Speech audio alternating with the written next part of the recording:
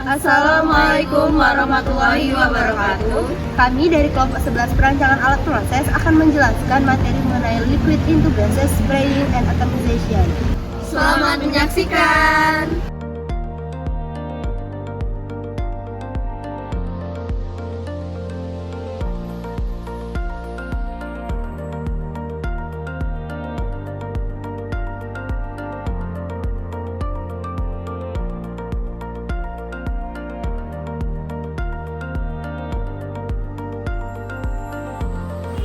Spraying adalah proses penyemprotan suatu cairan dalam bentuk droplet atau tetesan kecil ke permukaan atau ke suatu ruang.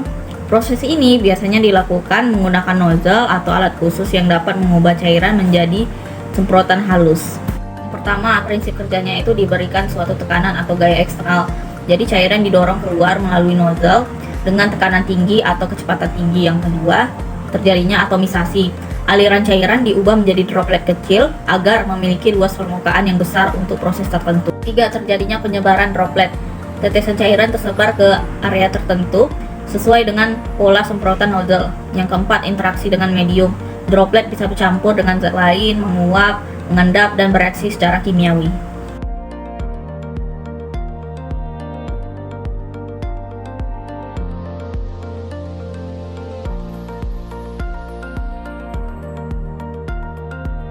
Atomization adalah proses pemecahan suatu cairan menjadi partikel-partikel kecil atau tetesan droplet dengan menggunakan gaya eksternal seperti tekanan gas, gaya sentrifugal, atau gaya mekanis lainnya.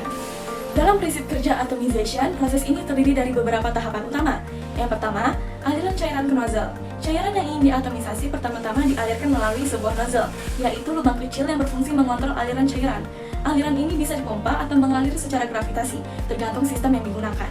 Yang kedua, penyemprotan oleh gas berkecepatan tinggi. Di sekitar nozzle terdapat aliran gas bertekanan tinggi, biasanya udara atau gas lain seperti nitrogen. Gas ini dilepaskan dengan kecepatan tinggi yang menciptakan gaya geser yang sangat kuat. Saat cairan keluar dari nozzle dan bertemu dengan gas ini, tekanan dan kecepatan gas akan langsung menghantam cairan dan dapat memecahnya menjadi tetesan yang lebih kecil. Yang ketiga, ada pembentukan droplet. Setelah terkena semburan gas, cairan akan terpecah menjadi banyak droplet dengan ukuran yang bervariasi. Yang keempat, ada penyebaran dan pengeringan atau pengendapan. Setelah terbentuk, droplet ini akan menyebar ke udara atau permukaan lain tergantung aplikasinya. Dalam sebuah sistem atomisasi yang diaplikasikan pada ruang pembakaran air, diinjeksikan dengan tujuan menurunkan temperatur gas hasil pembakaran.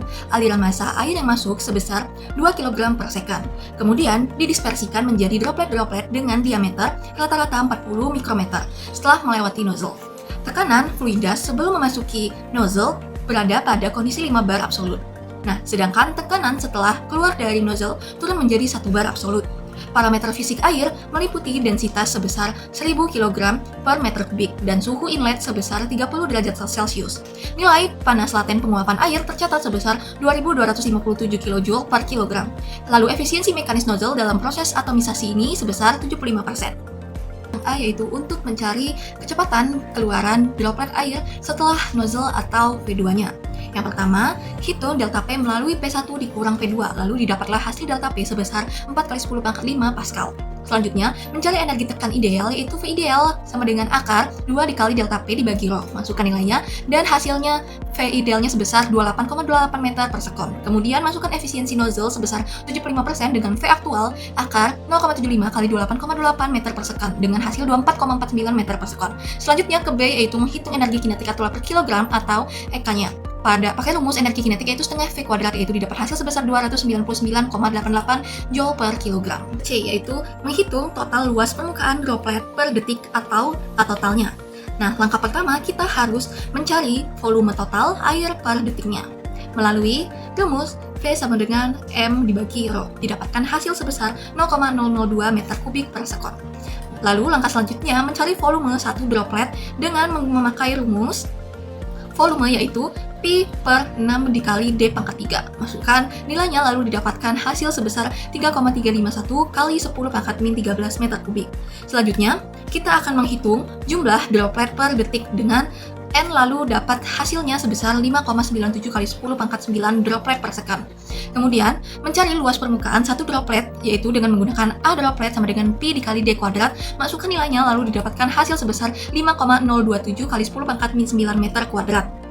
Nah, langkah terakhir yaitu menghitung total luas permukaan per detik dengan nilai N dikali dengan nilai A droplet, didapatkan A totalnya sebesar 30,01 meter kuadrat per second. Selanjutnya, menghitung energi total penguapan air per detik atau QFAP. Untuk mencari QFAP, kita menggunakan rumus massa M dikali dengan nilai panas laten penguapan air L yang telah diketahui.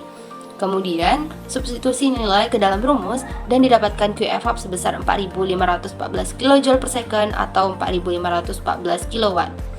Next, mencari perbandingan antara energi kinetik total dan penguapan. Untuk mencari energi kinetik total, gunakan rumus energi kinetik yang telah dicari pada bagian B dikalikan dengan massa yang telah diketahui. Substitusi nilai yang ada dan didapatkan energi kinetik total sebesar 599,76 Joule per second.